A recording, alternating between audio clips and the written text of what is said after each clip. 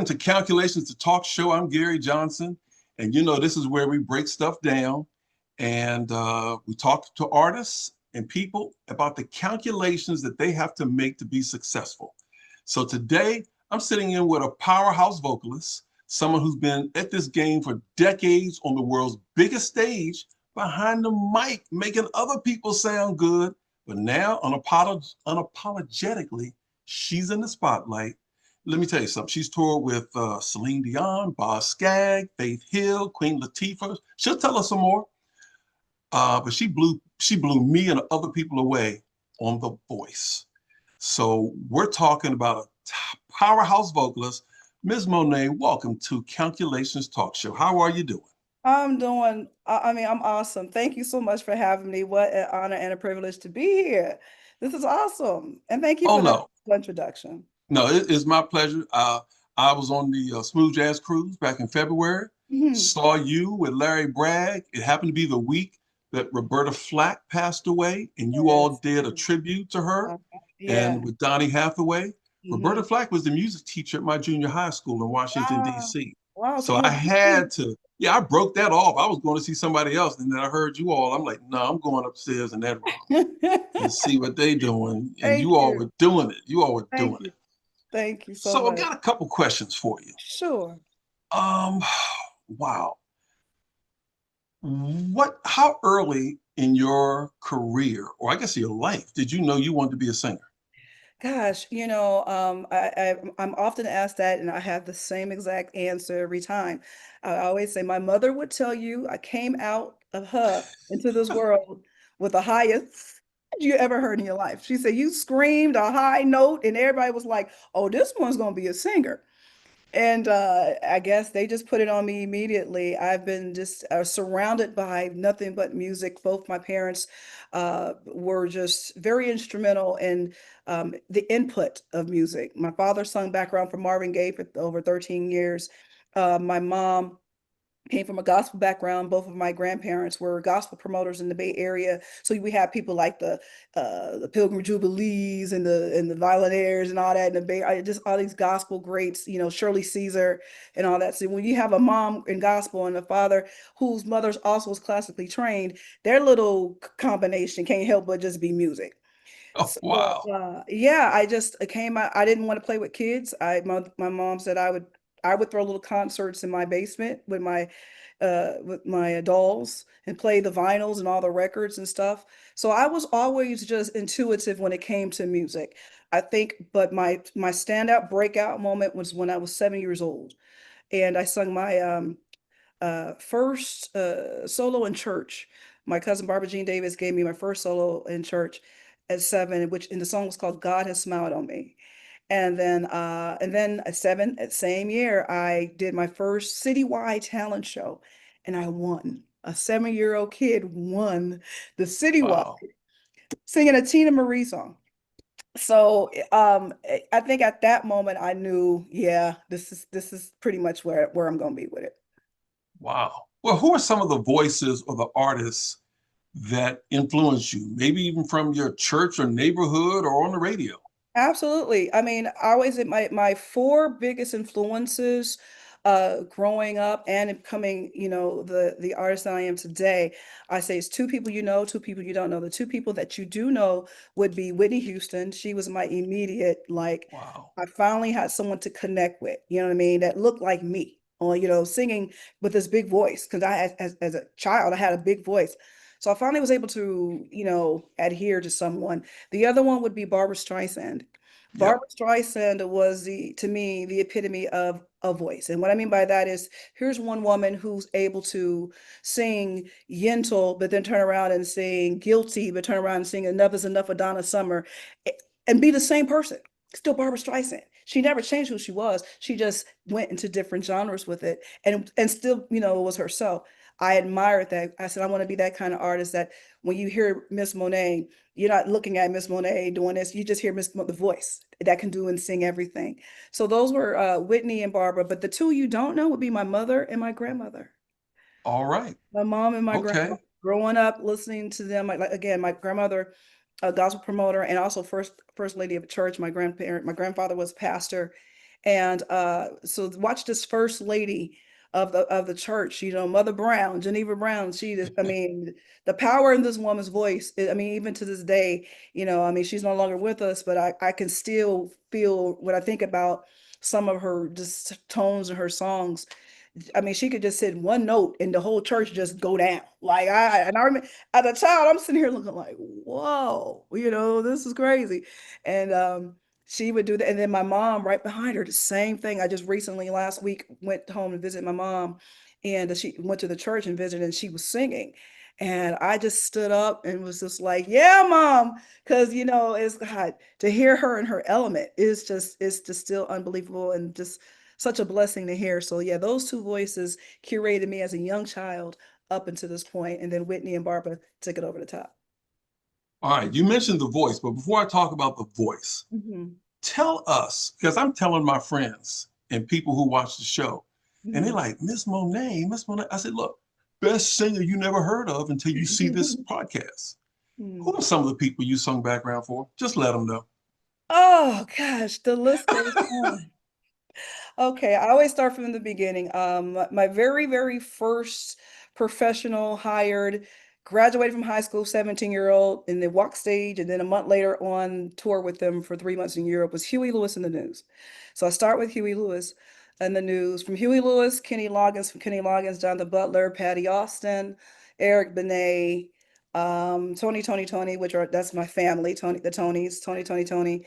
Like I said, Eric Benet, Boz Scaggs was boss for 23 years, Michael McDonald, Donald Fagen from Steely Dan, Billy Dan, yeah. Faith Hill, Tim McGraw, Queen Latifah, Dee Dee Bridgewater, Tina Marie, Will Downing, gosh, I hope, did I catch everybody? Joe Bonamassa, Oh, wow. Okay. I'm currently with Joe Bonamassa now. Gosh, I think that's I hope I caught everybody. I missed somebody. I know I missed somebody, but for the bulk of it, that's pretty much the premise.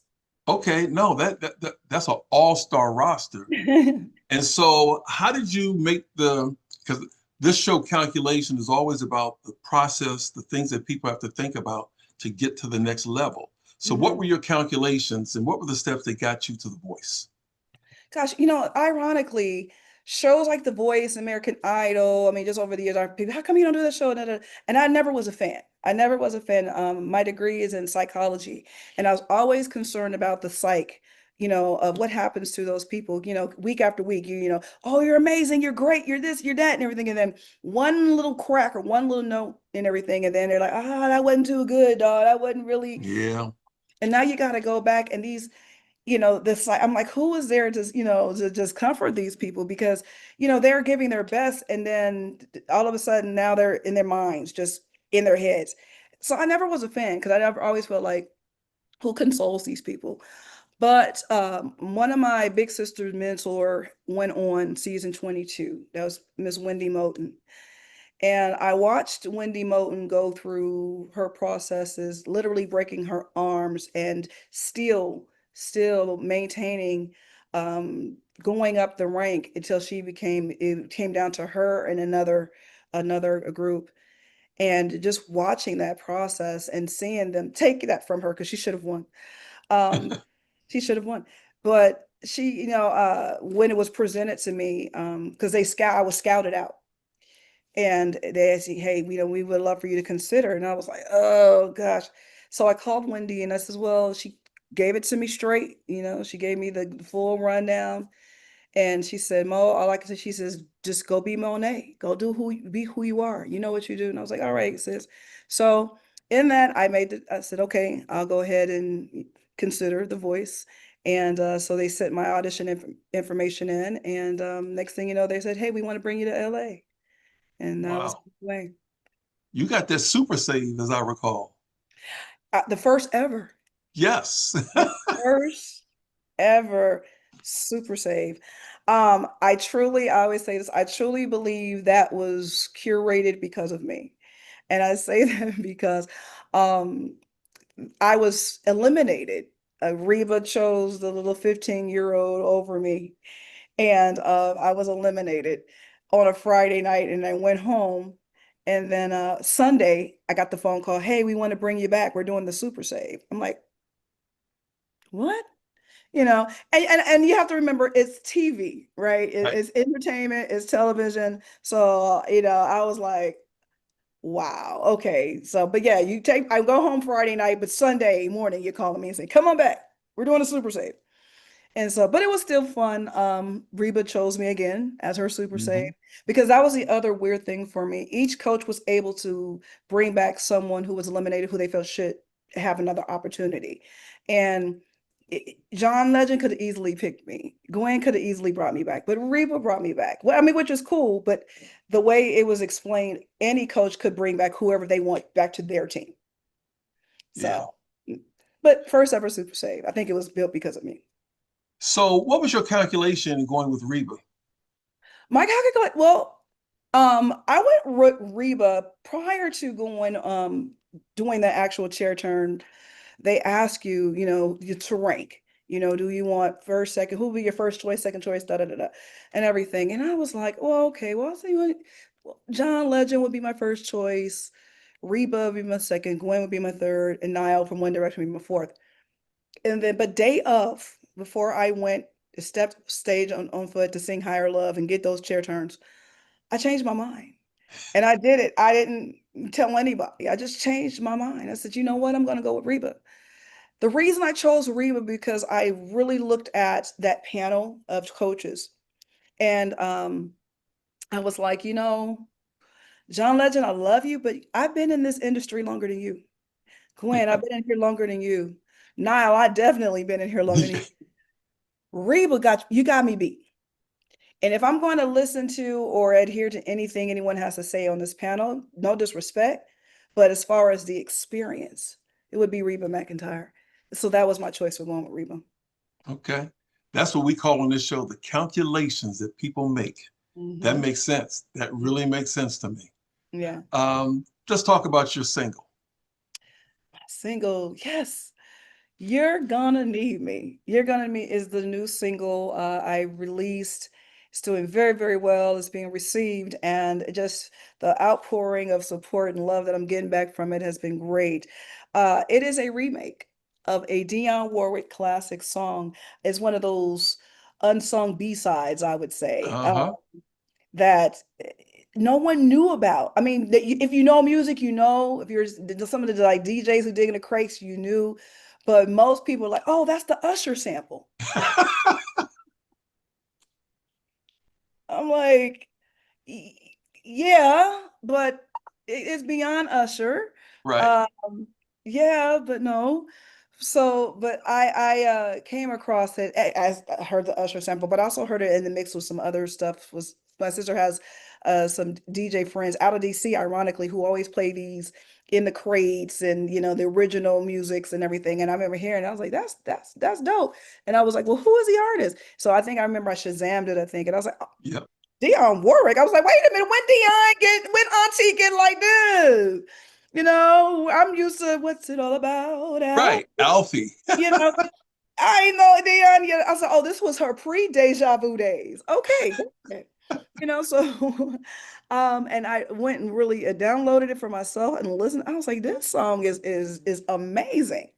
I'm like Yeah. just completely in awe of the song. And so dug a little deeper, who's the writers, and realized it was a Holland Dozier Holland piece, that they were the writers, and Richard Wiley. And I was like, wait a minute. Okay, so you got the master songwriting team writing this song is Auntie Dionne and her, I'm gonna get funky on your tail days, and we don't know, we're not celebrating this song. We calling it the Usher sample. No, no, no, no. This song deserves to be on its own, to stand on its own. And so I said, you know what? I want to do this song over because it's just so raw and funky and it's just so retro, but yet still poignant. I think in reference to how people, men and women, are handling themselves nowadays is like, we put so much into relationships or friendships or whatever kind of ships we're in, and sometimes people disregard our worth and everything. And then what this song is saying, hey, no, you're gonna regret that. You better stop and think about what you're doing. You're gonna need me before I need you. So yeah, so that was my reason for wanting to do it, and I think we accomplished it pretty well. Shout out to BJ Kemp, my producer. Holland Dozier Holland is like the Mount Rushmore of songwriting Come teams. on, So come on, and yeah, so that and and then the funny part is, Lamont Dozier Jr. is a very good friend of mine, and before I released it, I sent it to him so he can hear. And he said me back. He says, "Mo, you just took me all the way back to my childhood. You just took me back to when first time I heard the song. You know, it was done in, I think, in 72." And he was like, "You girl, you just took me all the way back." So just to get his blessing and his just, in awe of it and said, "You did it right. Thank you." It's just been a complete honor. So yeah, so to have that writing team, because we know all the his stuff that they wrote. oh yeah, Motown. I mean, come on, the sound of Motown, right? Yep. Literally, you know what I mean? So yeah, but you, Dion, I was like, wait a minute, and they wrote it, and she's singing. How come we don't know this? How come this is not celebrated? I So yes, know. people, it's not just the Usher sample; it's the Dionne Warwick classic. um, I want to talk about duets, and Yes, I know Will Downing, yeah. and I'd like for you to talk about that, but also, do you have a dream duet? Someone, living or dead, that you would love to have sung with or sing with? Gosh,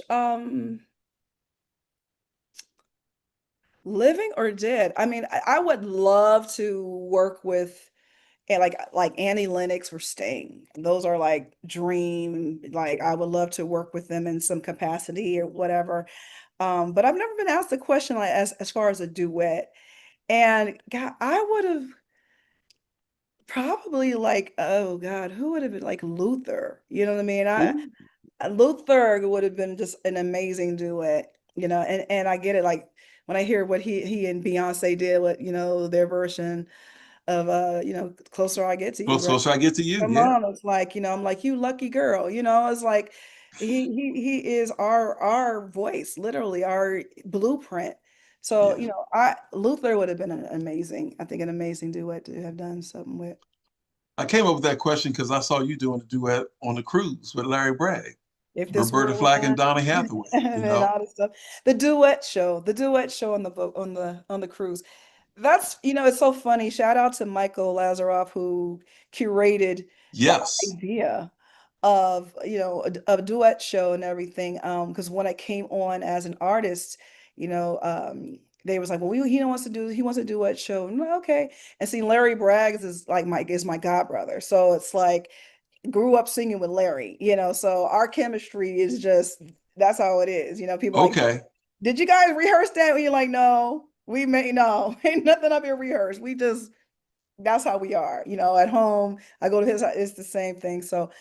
Um, so we put the duet show together and didn't realize how impactful it would actually be. So when year two, they said, okay, you guys doing the duet show again. We were like, we are?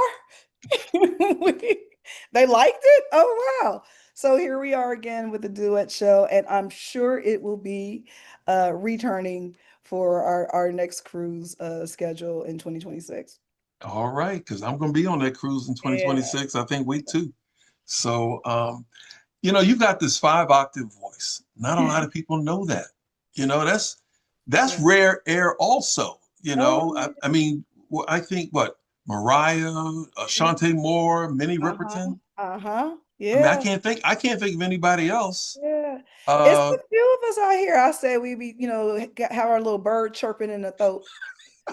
You know, yeah, we got a few chirpers out there in the world just doing their thing, keeping the whistle tones up in the forefront. But yeah, absolutely, shout out to me, the epitome of it, Minnie Riperton. She's yes, my direct, listening to Minnie and always wanting to. And yeah, and another person who actually a lot of people don't give her credit for it because she's the queen of scat, but Ella Fitzgerald. Ella yes, Fitzgerald definitely had a whistle tone too. And I remember growing up and there was a commercial, I think, for I forgot what, and Ella does this note and she breaks the glass. yeah. It was And for I think it was a tape. yeah, it was some kind of recording or Yeah, something. recording tape. Yeah, And I remember I was like, I want to do that. and everything's up I was walking around like, my mom, stop screaming, stop making. I just want to scream all over the place. But then I hear, I'm married to pretend and I'm loving you and all this stuff. And I'm like, wow, okay, that's a pretty cool thing to do and note and everything. But then as I got older and more mature within my understanding of music, then here comes like a Mariah Carey. Yes. And I'm like, okay, now she definitely. And then I'm like, okay, let me try it and everything. And again, I'm screaming. And one day, I was in the kitchen with my best friend Holly, and a Mariah Carey song came on. And I think it was "Love Takes Time" or something, and I'm singing it. No, it wasn't.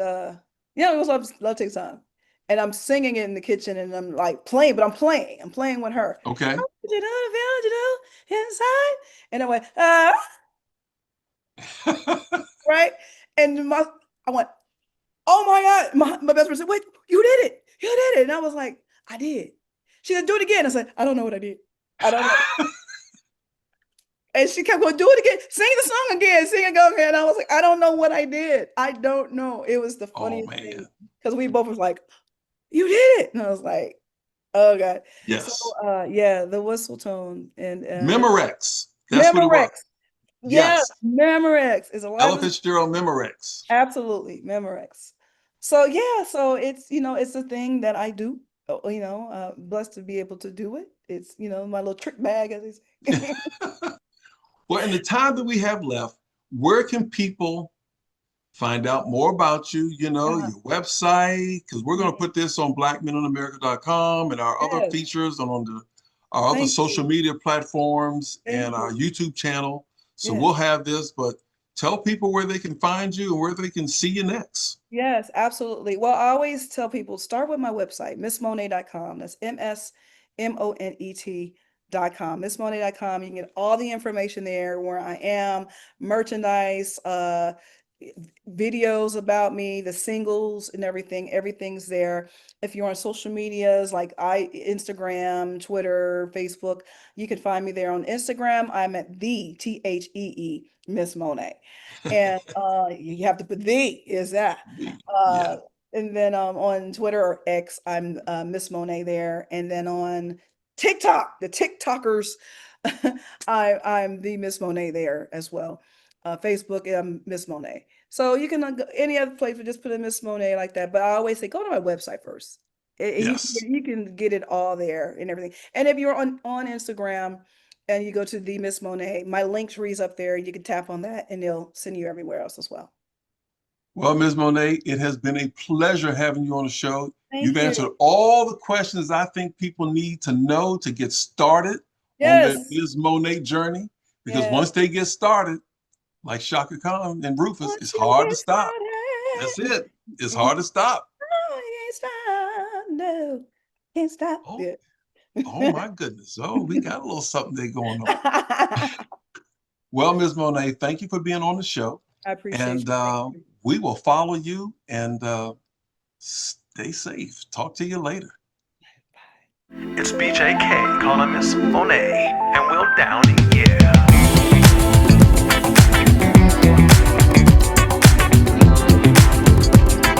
A two-step groove. Yep.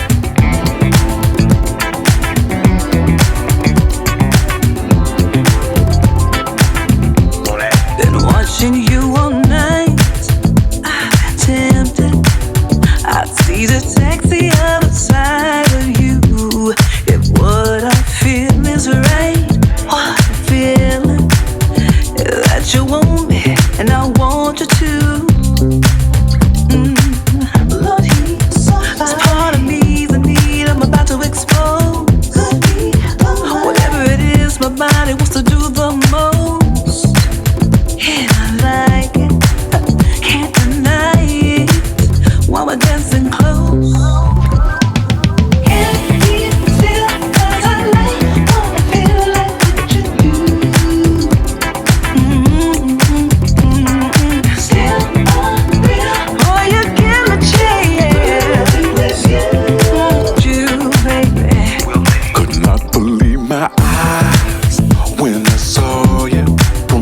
across the room.